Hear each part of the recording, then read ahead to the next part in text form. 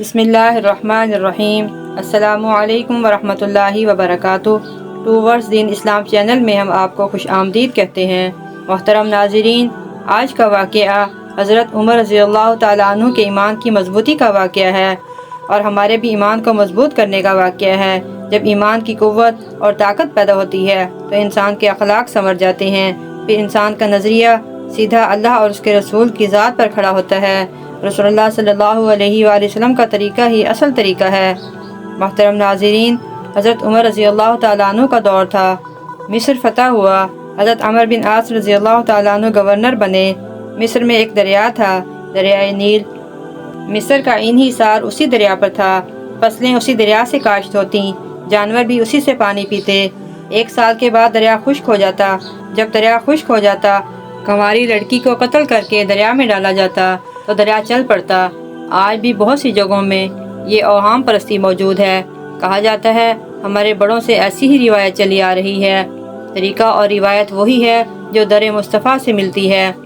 حضرت عمر بن عاص رضی اللہ تعالیٰ عنہ نے حضرت عمر رضی اللہ تعالیٰ عنہ کو خط لکھا اور بتایا یہاں معاملہ یہ ہے، میں نے لوگوں کو سمجھایا ہے کہ اس ظلم کی اسلام اجازت نہیں دیتا، لیکن لوگ ماننے کو تیار نہیں، میرے لیے کیا حکم ہے؟ حضرت عمر فاروق رضی اللہ تعالیٰ عنہ نے 2 خط لکھے۔ ایک خط دریا کے نام لکھا، دوسرا عمر بن عاص کے نام لکھا۔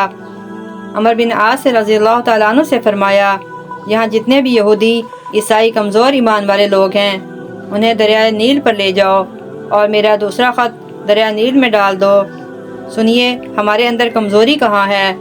حضرت عمر رضی اللہ تعالیٰ عنہ نے دریا کو مخاطب کر کے لکھا، او دریا، اگر تم کہتے ہو لڑکی قتل کر کے پھینکی جائے گی تو میں رسول اللہ صلی اللہ علیہ وآلہ وسلم کا ماننے والا ہوں، میں ظلم کی اجازت نہیں دیتا، میں ظلم نہیں ہونے دوں گا۔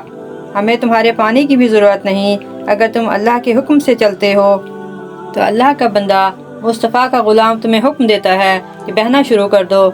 حضرت عمر بن العاص رضی اللہ تعالیٰ عنہ فرماتے ہیں میں لشکروں کے لشکر لے کر دریا نیل پر پہنچا۔ بھرے مجمع میں نے حضرت عمر فاروق رضی اللہ تعالیٰ عنہ کا خط دریا میں ڈالا۔ دریا نے بہنا شروع کر دیا۔ دریا بہہ رہا تھا اور غیر مسلم کلمہ پڑھ رہے تھے۔ لوگ کہنے لگے کیا دکھایا ہے کہ یہ لوگ کلمہ پڑھ رہے ہیں؟ میں نے کہا دکھایا کچھ بھی نہیں، یہ صرف حضرت عمر رضی اللہ تعالیٰ عنہ کے ایمان کی قوت کی برکت سے ہے کہ یہ لوگ کلمہ پڑھ رہے ہیں۔ وہ عمر جو دریا کو حکم دیتے، دریا بہنا شروع کر دیتا۔ ایک مرتبہ اپنے غلام کے ساتھ رات کو گشت پر نکلے، دیکھا ایک عورت نے چولہے پر ہانڈی رکھی ہوئی ہے اور وہ کچھ پکا رہی ہے اور بچے شور کر رہے ہیں اور رو رہے ہیں۔ حضرت عمر رضی اللہ تعالیٰ عنہ نے دروازے پر دستک دی۔ عورت نے پوچھا کون ہے؟ حضرت عمر رضی اللہ تعالیٰ عنہ نے کہا میں ایک غلام ہوں، بہن کیا ماجرا ہے، بچے کیوں رو رہے ہیں؟ اس عورت نے کہا میں تمہیں کیوں بتاؤں؟ حضرت عمر رضی اللہ تعالیٰ عنہ نے اصرار کیا تو اس عورت نے تلخ اور سخت لہجے میں کہا دعا کرو اللہ میرے اور عمر کے درمیان فیصلہ کرے، کیسا حکمران ہے کہ اس کی حکمرانی میں بچے بھوکے سوتے ہیں۔ میں نے ہانڈی میں پانی اور پتھر ڈال کر چڑھائے ہیں، لیکن پیٹ کی آگ، پیٹ کی بھوک جو ہے یہ بچوں کو سونے بھی نہیں دیتی۔ سوچا تھا رو دھو کر سو جائیں گے، لیکن یہ سو بھی نہیں رہے۔ حضرت فاروق اعظم رضی اللہ تعالیٰ عنہ دوڑے گئے، گھر سے سامان اناج وغیرہ کندھے پر رکھا اور چل پڑے۔ خادم کہتے ہیں میں نے کہا مجھے دے دیں، میں سامان اٹھا لیتا ہوں۔ حضرت عمر رضی اللہ تعالیٰ عنہ فرمانے لگے تم وعدہ کرو کہ قیامت میں بھی تم میرا بوجھ اٹھاؤ گے۔ غلام کہنے لگا حضور وہ تو میرے بس میں نہیں۔ حضرت عمر فاروق رضی اللہ تعالیٰ عنہ نے سامان لا کر اس عورت کے دروازے پر رکھا، دروازے پر دستک دی اور کہنے لگے بہن تم پردہ کر لو، آج یہ خادم تمہارے بچوں کو کھانا پکا کر کھلائے گا۔ حضرت عمر فاروق رضی اللہ تعالیٰ عنہ نے بچوں کے لیے کھانا بنایا۔ غلام کہتے ہیں حضرت عمر رضی اللہ تعالیٰ عنہ جب پھونکے مارتے تھے تو دھواں داڑھی مبارک سے نکلتا تھا۔ عمر رضی اللہ تعالیٰ عنہ نے کھانا بنا کر بچوں کو کھلایا اور بچوں کے ساتھ بیٹھ کر باتیں کرنے لگے۔ بچے آپ کے ساتھ باتیں کرتے اور ہنسنے لگے۔ غلام کہتے ہیں اس بیوہ عورت کے بچے ہنستے تھے، عمر رضی اللہ تعالیٰ عنہ روتے تھے۔ بڑی عجیب بات ہے کہ بچے ہنستے تھے، فاروق اعظم روتے تھے۔ بچے لیٹ گئے اور سونے کی طرف مائل ہونے لگے تو عمر فاروق رضی اللہ تعالیٰ عنہ کہنے لگے بہن اب میں جاؤں؟ کہنے لگی رب تیرا بھلا کرے، آج میرے بچوں کو کھانا نہ ملتا۔ تو میرا کلیجہ پھٹ جاتا۔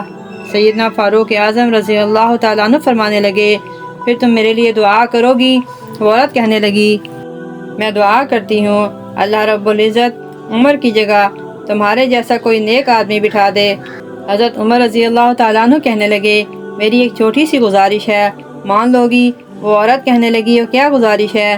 سیدنا عمر فاروق رضی اللہ تعالیٰ عنہ فرمانے لگے، تمہیں اگر میری خدمت پسند آئی ہے تو عمر کو معاف کر دو، غلطی ہو گئی ہے، اسے پتہ نہیں تھا، وہ باشعور بھی نہیں، اسے چاہیے تھا کہ خلافت کی ذمہ داری نہ لیتا، لیکن صدیق اکبر نے کہا تو وہ مان گیا۔ لیکن میری بہن، میں اسے جانتا ہوں، وہ بہت بزدل ہے، کمزور انسان ہے، اگر تم قیامت کے دن اس کی شکایت کرو گی تو وہ کمزور پڑ جائے گا، اس کے لیے مشکل ہو جائے گی۔